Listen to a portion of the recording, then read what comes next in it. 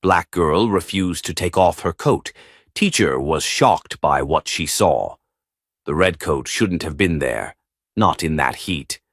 The moment Mr. Marcus Ellison stepped into room 104 that morning, the usual chorus of kindergarten chatter greeted him, tiny voices talking about cartoons, snack boxes, and who got a new puppy.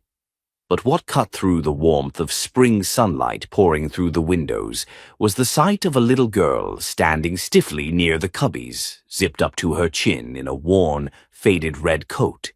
The thermostat on the wall blinked a comfortable 73 degrees. Most kids had come in with just light sweaters or no outerwear at all. But this girl, slim, with dark skin and braids neatly parted and tied with pink clips, was clinging to that heavy winter coat like it was armor. She hadn't been in his class the day before. Mr. Ellison frowned, walked over casually, crouched to eye level, and gave her a soft smile. "You must be Alana, right?" She nodded but said nothing. Her brown eyes were wide, darting to the floor, then the walls, then quickly to the coat rack before locking back on him with a quiet urgency. "Well, welcome to our class. I'm Mr. Ellison. I've got your seat all ready. Just over here," he said, gesturing to a spot near the front where a bright yellow name tag had been placed. Alana hesitated before moving. She walked with small, careful steps like she expected the ground to shift under her feet. Her hands never left the zipper. Mr. Ellison had been teaching for 15 years. He had seen his share of shy kids, anxious kids, kids from broken homes, kids who just moved across town or across the country. But something about this one, he felt it before he could explain it. At circle time, while the others flopped down on the rug, Alana kneeled rigidly, hands in her lap, coat still zipped to her neck. During story time, she didn't laugh with the others when he did his silly voices. At recess, she stayed on the blacktop, under a tree, watching the kids scream and tumble with their shoelaces undone and their shirts stained with sidewalk chalk. He gave her space. Sometimes space worked better than questions. But during the shape dance game, where the kids jumped to different corners of the room depending on the shape he called, he couldn't ignore the sweat rolling down her cheeks. Alana's face was flushed red, her breath short and rapid. "Alana," he said, crouching again beside her. "Hey, sweetheart. You okay?" She nodded once, but her eyes darted to the door. She clutched the coat tighter. "It's warm in here. You can take your coat off if you want. I'll hang it up for you." "No," she said quickly. Then softer. "Mama says it stays on." "Always," Mr. Ellison blinked. "Your mom told you that?" She hesitated. "My foster mom. She says I get in trouble if I take it off." The words were low, barely audible. Something in him twisted. His own memories flashed, blurry ones of his younger sister Ava, returned bruised from a foster placement years ago. Back then, no one had listened fast enough. He wouldn't make that mistake again. "All right," he said gently, placing a hand on her desk. "We'll keep it on then. You just tell me if you feel too warm, okay?" She nodded. That night, he wrote it down in his personal notebook, tucked away in a drawer locked every evening before he left. Alana Brooks. Red coat zipped all day. Flushed. Said, "Foster mom says it stays on." The next morning, she wore it again. And again, and again. By Thursday, it was impossible to ignore. It wasn't just the coat. It was how she shrunk away whenever another child got too close. How she flinched if someone's backpack brushed her shoulder. How she waited until every other child had used the bathroom before slipping in alone. Then came the moment that sealed it. They were doing a simple craft project, gluing paper flowers to cardboard for a spring display. He gave them blunt scissors and bright colors, and the room was alive with giggles and sticky fingers. Alana sat quietly at one end, focused on cutting purple petals with methodical precision, her coat sleeves bunched at the wrists, restricting her movements. Another student, Jasmine, reached for a glue stick and accidentally bumped Alana's arm. Her scissors slipped. Alana gasped, not loud but sharp, and yanked her arm back, her hand clamping tightly around her sleeve. Mr. Ellison saw her eyes widen in panic. Her breathing grew shallow. Jasmine, confused, apologized. "Sorry, did I poke you?" Alana quickly shook her head. "I'm fine." But Mr. Ellison had already seen it. A flash of greenish-yellow discoloration, bruising just below the sleeve. Faint outlines, like fingers. He didn't say a word. Not then. But his hands trembled slightly as he helped clean up the scraps of paper and glue. He caught Alana watching him out of the corner of her eye, as if trying to measure whether he'd seen anything. That night, his entry read, April 6th, left forearm, possible bruising. Child startled, protective of injury. Friday morning, he went to the front office. "Do we have any background on Alana Brooks?" he asked the secretary, Ms. Joyner. She handed over a thin file. Transferred from Green Hill County. Foster placement approved 3 months ago. Guardian listed as Miriam Trent. "Do we know anything about Miss Trent?" he asked. Ms. Joyner shook her head. "Never met her. She usually just drops Alana off at the curb."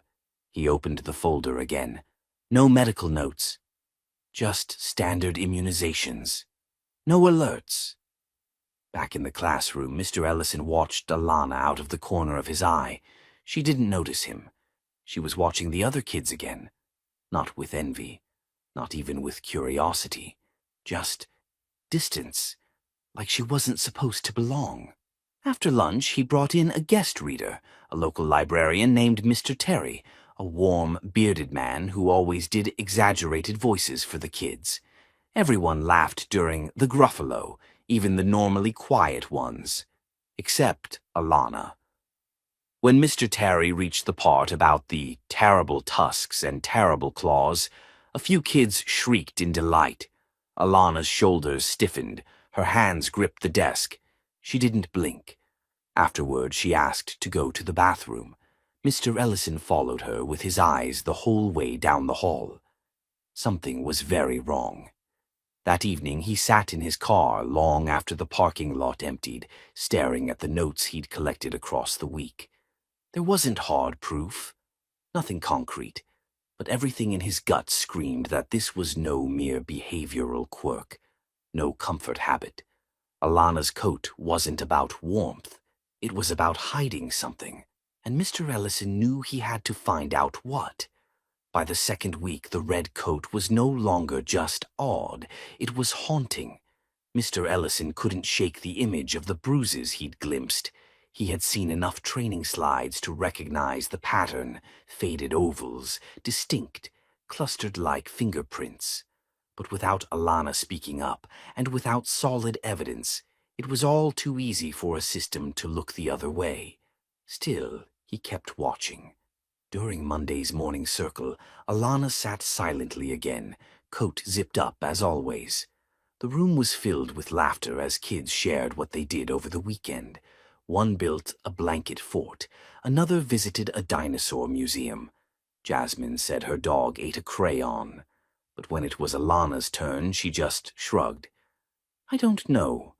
I cleaned the house," she said softly. Mr. Ellison gave her a gentle nod, but something in her tone unsettled him. It wasn't just boredom or shyness. It was practiced, like a script. Later that afternoon, the class had free time with puzzles and blocks. Lucy, one of the more outgoing girls, invited Alana to build a tower. For a few brief minutes, Alana hesitated, then scooted closer and began stacking colored blocks. Her hands moved slowly, but her eyes were focused, even curious. Mr. Ellison observed from his desk, hopeful. But then it happened. Lucy, fidgeting with excitement, reached to adjust the scarf around her own neck and accidentally brushed against the top of Alana's coat collar. Alana froze. She dropped the block she was holding. Her breath caught. Her body tensed so quickly it looked like someone had hit pause on her. Lucy tilted her head. "Sorry. Your coat touched my arm." Alana stood up so fast the chair tipped backward. Her voice was tight. "I have to go to the bathroom." She rushed off without waiting for permission. Lucy looked over at Mr. Ellison, confused. "Did I do something wrong?" He knelt beside her. "No, sweetheart. Alana's just still getting used to everyone." "You didn't do anything wrong." But his mind was racing. That reaction, it wasn't annoyance, it was fear. The kind of fear you don't fake. The kind that's built from repetition. After school, he brought it up with Nurse Jennings. "She panicked," he said, pacing her small office. "Just a hand brushing her collar. That's not normal." The nurse leaned back in her chair. "You're thinking abuse." "I'm beyond thinking it," he said. "She has bruises. She's terrified of anyone touching the coat. And every time she talks about her foster mom, she looks like she's walking on a wire." Nurse Jennings sighed. "We can't force her to remove the coat, Marcus. Not unless there's an emergency. But we could request a routine wellness check. We do it for all new transfers. Maybe she'll open up." "Do it," he said. The next morning, Nurse Jennings pulled Alana aside with a warm smile and a gentle tone. "Hey, sweetheart. We're doing quick checkups today, just to make sure everyone's healthy and strong." Alana's fingers immediately gripped her coat tighter. "Did Mama say it was okay?" she whispered. "She knows we take care of kids here. It's just to make sure you're doing all right. Nothing scary, I promise." Alana looked toward the hallway, eyes wide. "She says no one's allowed to see under my coat." The words chilled both adults. Nurse Jennings crouched gently. "You're safe here, Alana. We just want to help." But Alana was already shaking her head, tears brimming. I'm sorry, I can't." And then she turned and fled. Nurse Jennings let her go, her face grave. "That's not just fear," she said to Ellison later. "That's conditioning. She's been taught that the coat is a line no one can cross." Ellison nodded. "And the longer we let it stay zipped, the more damage we let continue." That afternoon, he made a decision. When Miriam Trent arrived for pickup, 20 minutes late as usual, he stepped outside the classroom and approached her. She wore oversized sunglasses and a faux leather purse slung over one shoulder. Her smile was stiff like plastic. "Ms. Trent, do you have a moment?" She glanced at her phone. "Not really. I have errands." "I wanted to ask about Alana's coat," he said carefully. "She seems very distressed when we mention taking it off, even when she's overheating." Ms. Trent's eyes narrowed just slightly behind the glasses. She had an accident when she was younger, left some scarring on her torso and arms.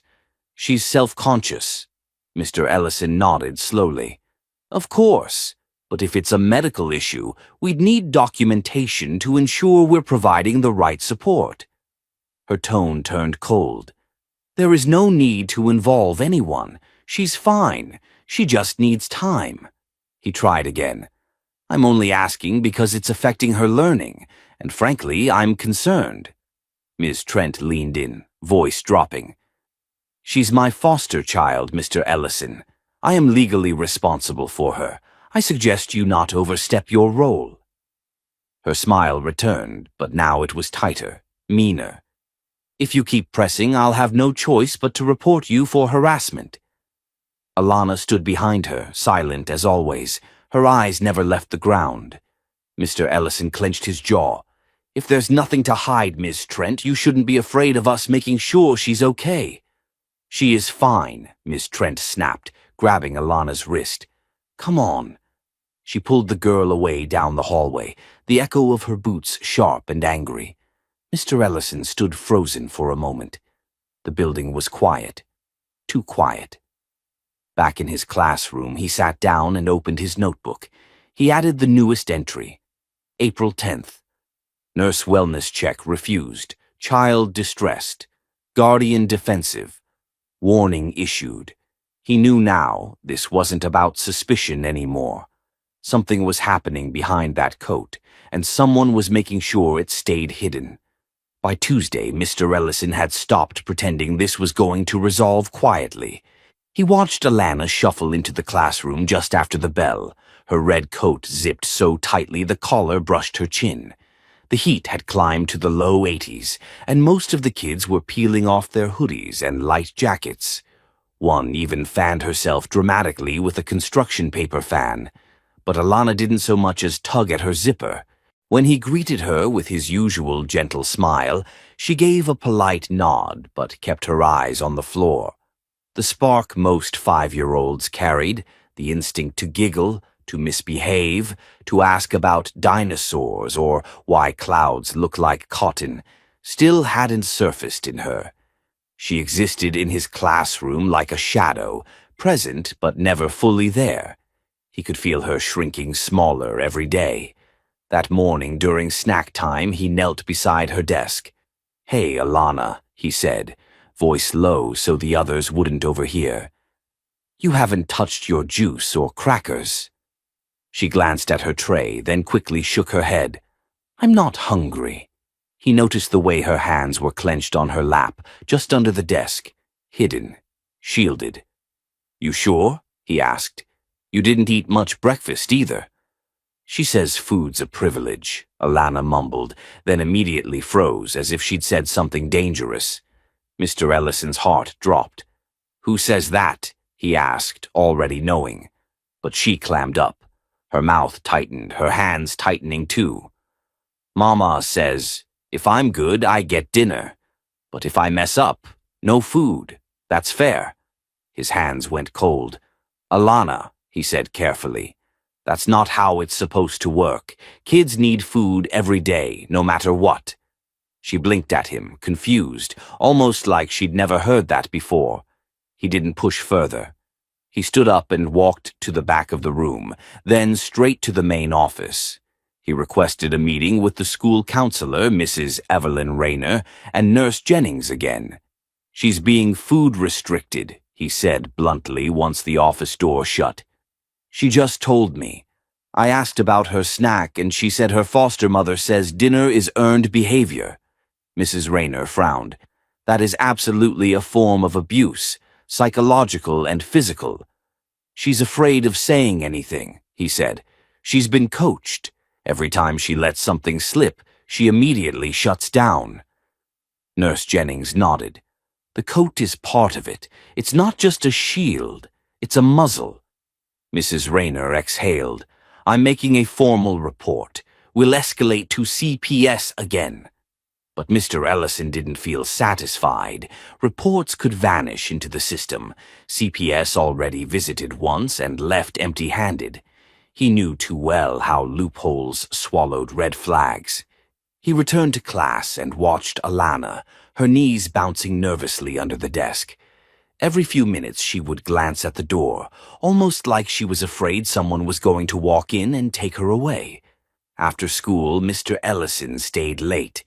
Long after the last parent pickup, he opened his laptop and started researching. Miriam Trent, foster parent, registered in Fulton County. Licensed 14 months ago. No previous violations on file. He dug deeper into property records, social media, anything he could find. No Facebook, no Instagram. Just a LinkedIn profile that listed freelance childcare provider and a few old addresses. Then he found something odd. An address linked to her name in rural South Georgia. A foreclosure notice from 2 years ago, but no follow-up. It was a farmhouse, 2 hours away, and the mailing address had been switched to a P.O. box 6 months after her license was approved. Why would a foster parent in Atlanta maintain a P.O. box in the middle of nowhere? He jotted it down in his notebook. Something wasn't right. The next day, Alana didn't show up. The front office said her guardian had called in sick. Same thing on Thursday. On Friday, there was no call, no message. Mr. Ellison checked the attendance sheet 3 times. Nothing. He asked the office to call the number on file. Straight to voicemail. That afternoon, he asked Mrs. Rayner if she'd heard anything back from CPS. She shook her head. I've tried calling their liaison twice. They said they're looking into it. That girl could be anywhere right now, he snapped. She could be locked in a room without food. She could be hurt. I know, Marcus, she said, calm but serious. But we have to follow legal channels. He paced the hallway outside the office, heart pounding. Memories of Ava, his sister, flashed again. The way the state had said she was fine. Then, one night, she wasn't. He walked back into the office. I'm not waiting anymore, he said. That evening, he drove to the last known address listed for Miriam Trent in the CPS database. A small duplex on the east side of the city. The curtains were drawn, no lights. He knocked, no answer. He peeked through a window. The furniture was still inside, a plate on the table. But something felt wrong. Just as he turned to leave, an elderly neighbor opened her door a few steps away. You looking for Miriam? She called. Yes, he said, stepping toward her. Do you know if she still lives here? She packed up last weekend, the woman said. Real quiet. Took off in the middle of the night. I thought that was strange, with the little girl and all. Mr. Ellison's stomach twisted. She had the girl with her. The woman nodded. Yeah, the one in the coat. Always looked scared. Do you know where they went? Didn't say, but I saw her loading up the car with boxes. Looked like she was leaving town. He pressed his lips together, nodded, and thanked her. Then he climbed back into his car and called Mrs. Rayner. She's gone, he said. Took Alana and disappeared. There was silence on the other end. She didn't get permission for a move, Mrs. Rayner finally said. That's illegal. That's custodial interference. Mr. Ellison clenched the steering wheel. She ran. She ran because she knew we were closing in. That night he wrote one final line in his notebook. April 14th. Missing. Suspected flight. Last seen by neighbor. Alana possibly in danger. He stared at it for a long time. Then, for the first time in years, he cried. The missing person bulletin went out within 24 hours. A photo of Alana, the red coat zipped to her chin, stared back from the flyer like a silent cry. Mr. Ellison stood by the staff room printer as it churned out copy after copy. He didn't blink as the stack grew. Detective Luis Alvarez arrived at Lincoln Elementary the next morning wearing a charcoal gray suit and a tired look that suggested too many of these cases and too few happy endings. He sat across from Mr. Ellison in the principal's office, voice steady but edged with urgency. Tell me everything. Start from the first time you noticed something was off. Mr. Ellison opened his notebook and flipped through the pages. Day 1. The coat. She wouldn't take it off even when the classroom was hot. I thought it was anxiety at first, but then she flinched when other kids came near. Then I saw bruises, finger-shaped. She refused the nurse's check. Then she started talking in scripts like she'd been trained. Mama says food is earned. Mama says no one sees under the coat. She was starving, hiding bruises. She was scared all the time. Alvarez took notes fast but kept his eyes locked on Ellison. You think the foster mother planned this? The disappearance? She was being cornered, Ellison said. I confronted her once. She pushed back. The second time she threatened to report me. But I wasn't backing down. I think she realized the window was closing. Alvarez nodded. Do you know of any property she might run to? Ellison reached into his bag and pulled out the printed record. This, a farmhouse outside of Montrose, Georgia. Foreclosed, but she's still linked to it by mailing address. And it's remote. The detective raised an eyebrow. You did your homework. No one else was moving fast enough. Alvarez nodded slowly. All right, I'll send a team to check it out.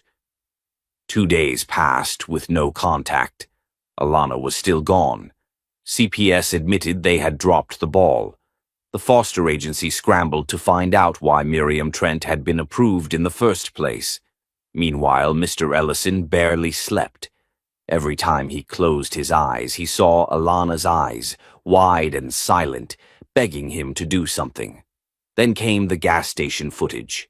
Alvarez called early Sunday morning. "We've got a lead." Mr. Ellison nearly dropped his coffee mug. "Where?" "A station in Jasper. Clerk said it was 80 degrees and the little girl was still wearing that coat." That's what made him remember. "We pulled the footage. It's her. Partial license plate matches Trent's registration." "Where were they headed?" "North. Clerk said she seemed paranoid, paid in cash, looking over her shoulder the whole time." Mr. Ellison grabbed his coat. "I'm coming." Alvarez hesitated. "This isn't a ride-along. I'm not asking to kick in doors, but I need to be there. If she sees me, if she sees someone she knows, it might calm her down. She's going to be terrified." After a pause, Alvarez agreed. "You stay behind the line. Clear. Clear." That evening they reached a narrow gravel road winding into thick pine woods near an abandoned apple orchard. Alvarez's team had traced a second utility receipt to a shack on a plot once owned by Miriam's late uncle. No power, but the water line had been active just long enough to raise flags. "We move fast," Alvarez said to the team. "No sirens. No lights." They approached in silence. Mr. Ellison waited near the car, heart hammering. Inside the shack there was one light flickering dimly. As officers surrounded the perimeter, a rustle sounded from the back. Someone trying to escape. Miriam Trent burst from a side door, wild-eyed, dragging a duffel bag. A deputy tackled her to the ground before she could reach the trees. "Get off me," she screamed. "She's mine. They were going to take her away." Another officer pushed into the shack and seconds later emerged, radio crackling. "We've got the child. She's alive." Mr. Ellison sprinted forward, ignoring protocol. Inside, Alana sat on the floor, huddled in the corner, arms wrapped tightly around her knees. The coat was still zipped. Her face was streaked with grime, lips chapped, hair unbrushed. Her eyes found him and widened in disbelief. "Alana," he said, voice shaking. "It's me. It's Mr. Ellison. You're safe now." She blinked. Then, slowly, she got up and stumbled toward him. When she reached him, she wrapped her arms around his waist and burst into tears. "I'm sorry," she sobbed into his shirt. "I didn't mean to be bad." He dropped to his knees, holding her close. "You were never bad. Never. You hear me? None of this was your fault." It took hours for the paramedics and social workers to process the scene. Inside the shack, officers found a twin mattress on the floor, a few canned goods, and a belt on a nail. A plastic bin contained rope, duct tape, and a small box of children's clothes. Alana's things. Miriam was charged with child abuse, custodial interference, and unlawful flight. As she was loaded into the patrol car, she screamed incoherently. Mr. Ellison didn't look at her. He only looked at Alana. When the EMTs asked to examine her, she wouldn't let go of his hand.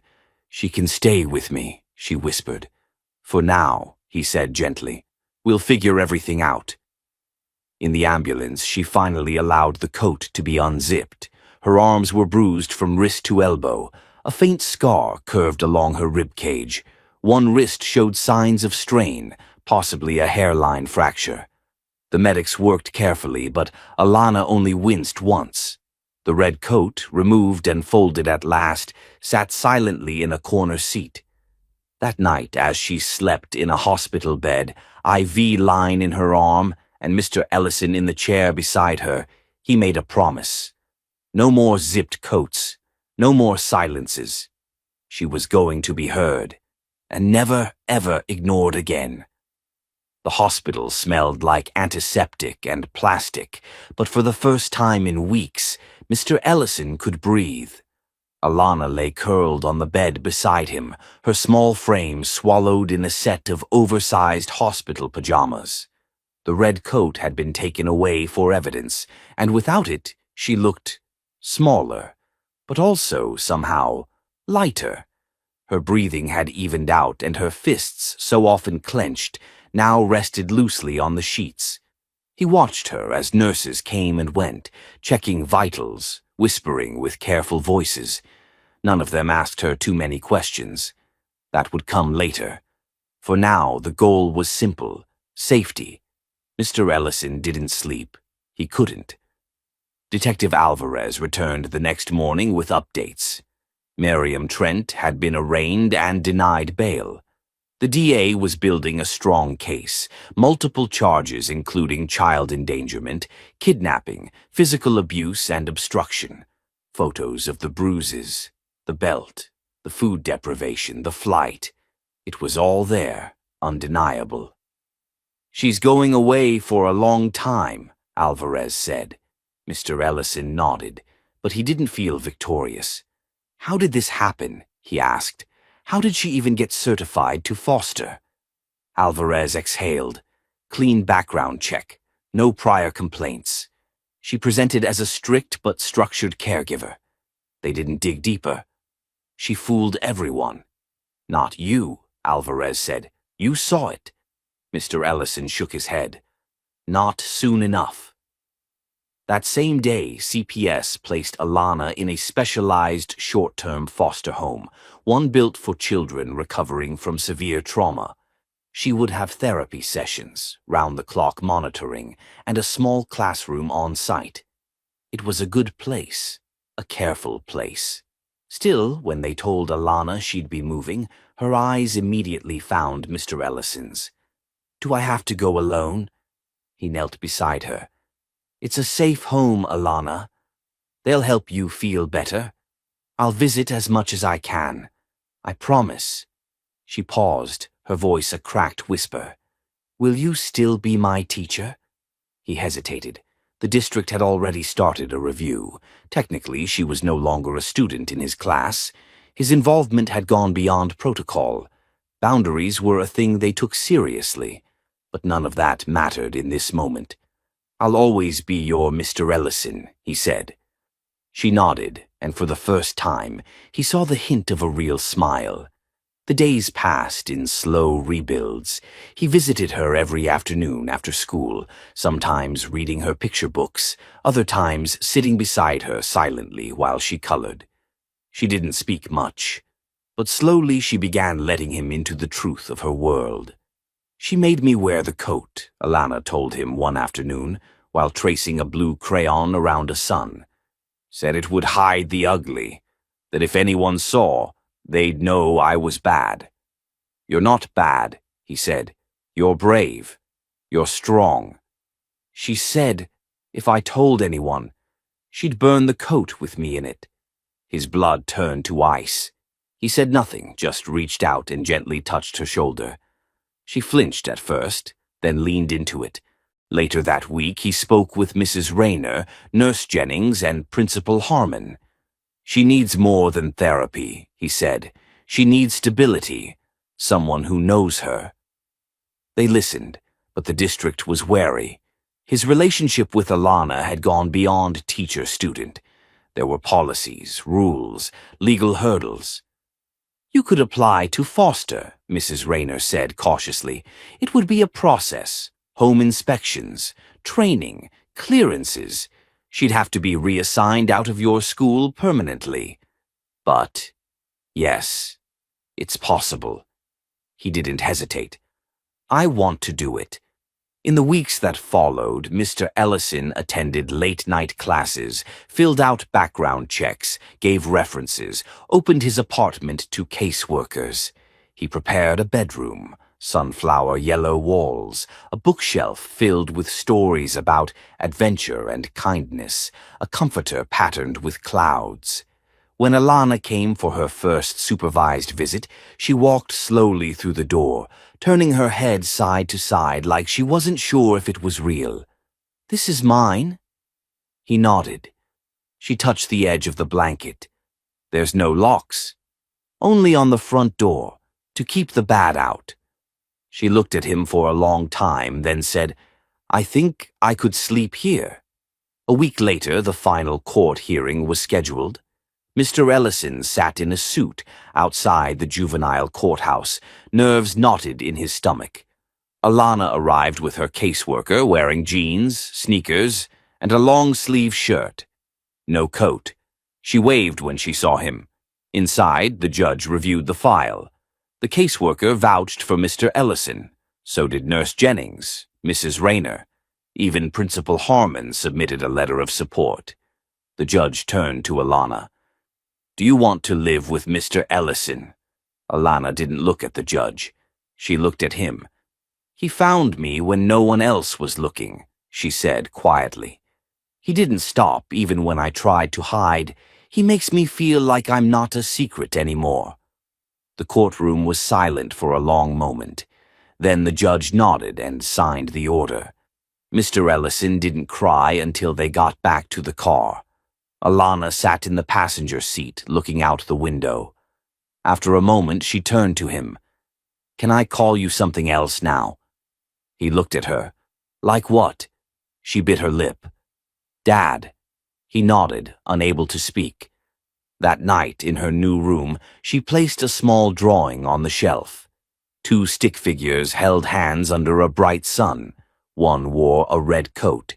The other carried a key. For the first time in years, Mr. Ellison's home echoed with the sound of laughter. It wasn't loud or wild. It was soft, barely above a whisper. But it was there. Alana had discovered a collection of silly bedtime stories tucked on the lowest shelf of her new bookshelf. One about a chicken who thought he could ride a bicycle. Another about a dog who opened a bakery. She giggled quietly, especially when Mr. Ellison used ridiculous voices. Can I read one to you? She asked one night, clutching a book to her chest like it was treasure. He blinked. Of course. Her voice was slow, halting in places, but she pushed through every line. When she reached the last page, she looked up at him and smiled just a little. A real one. These moments were becoming more frequent, small bursts of light through the lingering fog. But healing, Mr. Ellison knew, was never a straight line. One afternoon in late spring, Alana came home from school with wide eyes and a clenched jaw. Her new teacher, a kind woman named Mrs. Collins, had reported that Alana had grown unusually quiet during a fire drill. She had refused to move when the alarm blared, and when a classmate tried to guide her outside, she screamed. She thought it was real, Mrs. Collins explained. She thought she was being taken again. At home that night, Alana refused to eat. She didn't speak during their reading time. When he tucked her in, she clutched a pillow like a life raft. Mr. Ellison sat on the floor beside her bed. Want to tell me what happened today? Silence. He waited. Then, in a whisper, she said, I thought she found me. Who? Miriam. I thought she came back. The noise. It felt like before. When she grabbed me at night and shoved me in the car, I thought she was outside. His breath caught. He hadn't known about that detail. The abduction had always been vague in the police reports. Packed boxes, a quick drive, but never the moment she was taken. I'm sorry, he said, his voice low. I didn't know that part. She didn't even let me say goodbye to my toys, Alana muttered. She just said I was bad and it was time to disappear. Mr. Ellison leaned in closer. You are never going to disappear again. Not from me, not from anyone. She looked at him, her eyes shining. Even if I mess up? Even if you eat the last cookie, break a window and color on the dog, you're stuck with me. She laughed through her tears. We don't have a dog.